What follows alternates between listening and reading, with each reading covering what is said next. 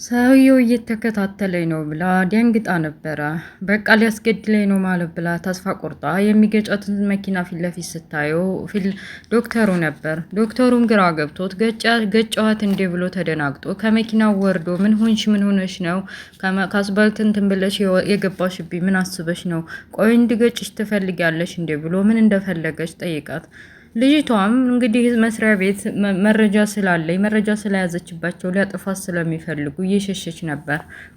ከኋላዋ ኪንጎ መጥቶ ኧረ ተረጋጊ፣ ይሄ ዶክተር ነው እኛ መስሪያ ቤት የምንሰራበት ሰው አይደለም እና ምን ሆነች ነው እንደዚህ እያጣደፈ እንድትሮጪ የሚያደርግሽ ብሎ ያለባትን ችግር ጠየቃት።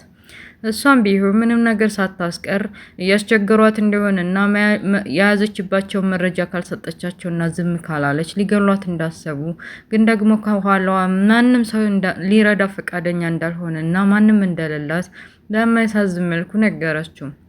ዶክተርም ቢሆን እኔ ገዳይ አይደለሁም፣ አንቺን እያሳደድኩ ለመግደል ሳይሆን ድንገት ስገቢብኝ ነው እና ምን ሆነች ነው? ችግር ካለ ንገሪንና ምናልባት ባንድ ሆነን እንፈታው ይሆናል ብሎ ሊተባበረ ፈልጎ ነበር። ግን ደግሞ ነገሩ ከሚራዘም ብሎ ኪንጎ ከዚህ በፊት ከፍቅረኛውም ጋር ያለባትን ችግር ስለተረዱ በተለይ ደግሞ አብሮ አደግ ጓደኛዋ ከእስር ቤት የወጣችው የደረሰባትን ነገር ስላስረዳቻት እንደ በፊቱ ቅናቱን ትታ ልትረዳት ፈቃደኛ ሆናለች። እና ከኪንጉ ጋርም ስንታገኛት እንደ በፊቱ በቅናት አልተንጨረጨረችም። ያለችበትን ሁኔታ ተናግራ ሰውየው ምን ማድረግ እንደፈለገና መስሪያ ቤቱ ድረስ ሄደን የበለጠ መረጃ በእጃችን ካስገባን በኋላ በቃ ለፖሊስ ወይም ለሆነ አካል መስጠት አለብን ብለው ተማክረዋል። እና ሊገጫት ያሰበው ሌላ ሰው መስሏት ይቅርታ ጠይቃ ተለያይተዋል። አደይ ሞተብኝ እኔም ብሎ ለኔ ብሎ ስል እኔ ሀገር መጥቶ ሞተ እያለ እየተጨነቀች ባለችበት ሰዓት አለመሞቱን መጥተው ነገሯት።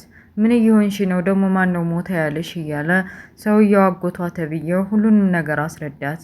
እና ደግሞ ይፈልግሻል አንቺን ብቻ ነው መውሰድ የምፈልገው ብለው ብርሃን ታናሽ እህቷን ወደ ቤት እንድትመለስ እና አደይን ደግሞ አለልኝ ከዴቭ ጋር እንዲወስዳት ተመካክረው ያግቷት መሆኑን ባታቅም እንኳ ግዴታ ዴቭን ማየት አለብኝ ብላ ስላሰበች ተስማምታ ሄዳለች።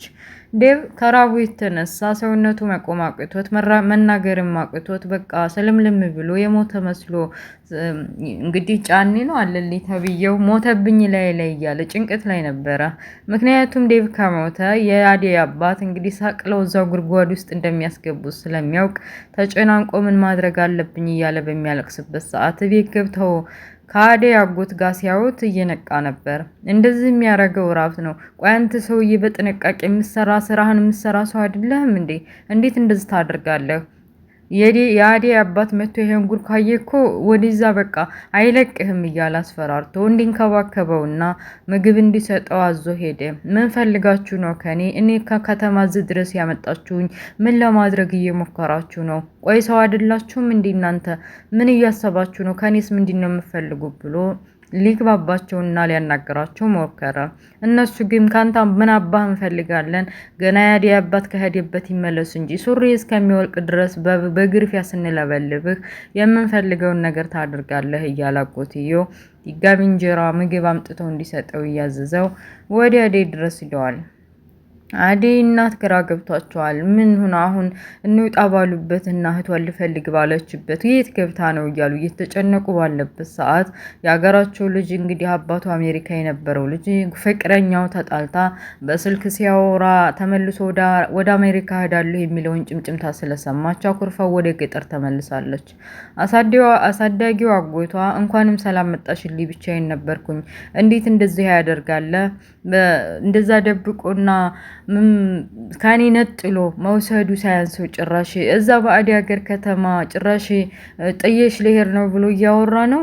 ድጋሚ ይምጣም አለቀውም እያለ ድንገት ከኋላቸው መጣ። እኔ እኮ ምንም አላደረኳትም። እንዴት ብዬ ነው ኤሉን እኮ በጣም ነው የምወዳት። እንዴት ብዬ ነው ተመልሼ ወደ አሜሪካ መሄደው? ስራ ለማሰራትና ነገሮችን ለማመቻቸት እያለሁ ባወራሁበት ሰዓት እሷ ግን ጥሎኝ ይሄዳል ብላ አስባ ነው የመጣችው።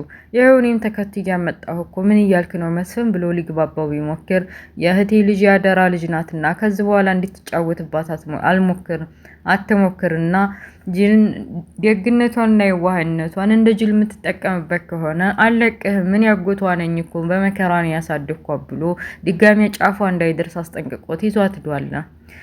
እንግዲህ ቲክቶከሯ ዶክተሩን አፈቀርኩ በሚል ሰበብ በተለያየ ሰበብ ሕክምና ስራ ቦታው ድረስ እየሄደች ሰበብ እየደረደረች የእሷን ያክመኛል ወይም ምን ያክል እንደሚያፈቅረው ያውቅልኛል ብላ ነበር። ግን እሱ ያው በዳይመንድም ቢሆን በኩል እውነቱን አውቋል። ያው እሱ እንድትሸሽ እየሸሻት ያለው እውነቱን አውቃ እንዲትርቀው እሱ ለጊዜው የሚያፈቅረው አደይ መሆኑን እንዴት ብሎ ይንገረው? አደይ እንደሚወዳት ቢነግራት ልቧ ይሰበራል። ቢርቃትም ከባድ ነው። የተማረና የገባው ስለሆነ ልጅቱን እንዲህ በቀላሉ መራቅ ስላልፈለገ የሆነ ነገር ማድረግ አለብኝ ብቻ ና ስትለይ መሄድ፣ ሰላም ስትለይ ሰላም ብቻ አላደል ዝም ብሎ በቀልድ መለየት አልፈለገም። እና ምን ፈልገሽ መጣች ሲላት ስለ አደይ ጥሩነትና ስላለችበት ሁኔታ ብላ ስትነግረው ስለ አደይ ስም ሲነሳ ገና ደስ አለው። ያው እሱ ስለሚያፈቅራት ማለት ነው። የአደይ እናት እንግዲህ ሰፈራቸው አብሮ አደጋ ልጃቸው ፊት ለፊታቸው ሲመጣ ምን መጣህ እንዴ ብለው ሰላም ብለው ቤት አስገብተው ምን እንደደረሰና አደይም እንደመጣች ሁሉንም ነገር አስረዱት። እኔም መጥቻለሁ እሉ እኮ አሜሪካ ጥሎ ሊሄድ ነው ብላ ኩርፋ መታለች። መስፈንም ልግባባውና ላናግረው ብሞክር እኮ ሊረዳኝ አልቻለም እና ምን እንደማረግ አላውቅም ብሎ ያለበትን ችግር አወያያቸው። እሳቸውም እንደ ልጃቸው ስለሚያዩት ያሉበትን ችግር እንወያይበታለን፣ አታስብ፣ አትጨነቅ ብለው ወደ ቤት አስገብተውታል። እንደ ልጃቸው ነው የሚያዩት። አደይ እንግዲህ ተስማምታ ከዴቭ ጋር ለመሄድ ቆርጣለች። እህቷን ካጠገቧ ነጥለዋታል። ምክንያቱም የሆነ ነገር ታረጋለች ብለው አስበዋል። እና ዴቭ የመጣው ይምጣ በአይኔ በብረቱ ብቻ ዴቭልኝ እንጂ የሚመጣውን አጋፍጣለሁ ብላ ካለሌ ጋር ሄዳለች። እንግዲህ ዴቭም እየጠበቃት ነው። ምን ፈልገው ነው ወደ ገጠር ግን ያመጡት? ምን ፈልገው ነው እስቲ? ከዛ በተረፈ እንግዲህ ወደ ከተማው ስንመጣ ደግሞ የቀለበቱ ጉዳይ ያው ሮማን ላይ እንድትጣለ ነበር። ፍቅር ተብዬዋ ለሮማን አላካ ነበር። ምክንያቱም ሮማን ከፍቅር ንግግር የፍቅር መጥፎነት እና በደል ስላልቻለች ወታ ነበር። ግን ተመልሳ መታ ስራዋን እንድትቀጥለት እየፈቀደውላት አሽም ደስ ብሎታል። ከዛ ግን ይቺ ፍቅር ተብዬዋ ታውቃለች እኮ ይቺ ቤዛ ተብዬዋ እንደሰረቀች። ግን ደግሞ የሚገርመው እኔ ከእንትና ራስ ላይ ለምን እንደማትወርድ አላውቅም። ከሮማን ራስ ላይ ሮማን አሁን እንደ በፊቱ አይደለችም። ምንም ብትናገራት ዝም ብላሽ ብላ የምታልፋቱና አልጠበቀቻትም። ልትማታ ስትል እንደውም እጇን ይዛ ከዚህ በኋላ ዝም አልልሽም፣ ስነ ስርዓትሽን ይዘሽ እኔ እንደሰራተኛ አንቺ እንዳሰሪ ሆነሽ ቁጭ ብለሽ ክብርሽን ጠብቀሽ ትኖሪያለሽ ብላ ስታፈጥባት አሹ ራሱ ግራ ገባው። የትናንትና ሮማን ናት እውነት? የሄድሽበት አካባቢ ለአንድ ቀን አዳር ምን አድርገው ነው የላኩሽ? ቴኳንዶ አስተምረው ነው እንደ የላኩሽ እያለ ግራ ገብቶት፣ ለማንኛውም ራስሽን መከላከልሽና መጠበቅሽ ጥሩ ነው። ያው እስከሚያልፍ ነገሮች እስከሚስተካከሉ ሌላ ቦታ እንስራ ብንል እንነጣጠላለን። እዚህ ግን ባንድ ሆነን የሚመጣውን ችግር እየተጋፈጥን እንኖራለን እና ነገሮች እስከሚመቻቹ አንገታችንን ደፋ እናርግ፣ ታገሽ እያለ እየመከራት ነበረ። ከዛ በተረፈ እንግዲህ ከመስሪያ ቤቱ መረጃ አውጥታ ስትጠፋ የነበረችው ልጅ እነ ኪንጎፍ እናት ቤት መታ ነበረ። ተደብቃ መታ ነበር። በመጨረሻ ወታ ተጥፋ ወይም መቶ የወሰዳት ሰው ይኖር ሳይታወቅ ግራ ገብቷቸው እዚህ ላይ ድራማ ያበቃል ማለት ነው። እና ውድ ቤተሰቦችዬ የአደይ ድራማ ይህን ይመስላል። ስለነበረ ቆይታ ከልብ አመሰግናለሁ። ኔክስት እስከምንገናኝ ባይ ባይ፣ ቻው።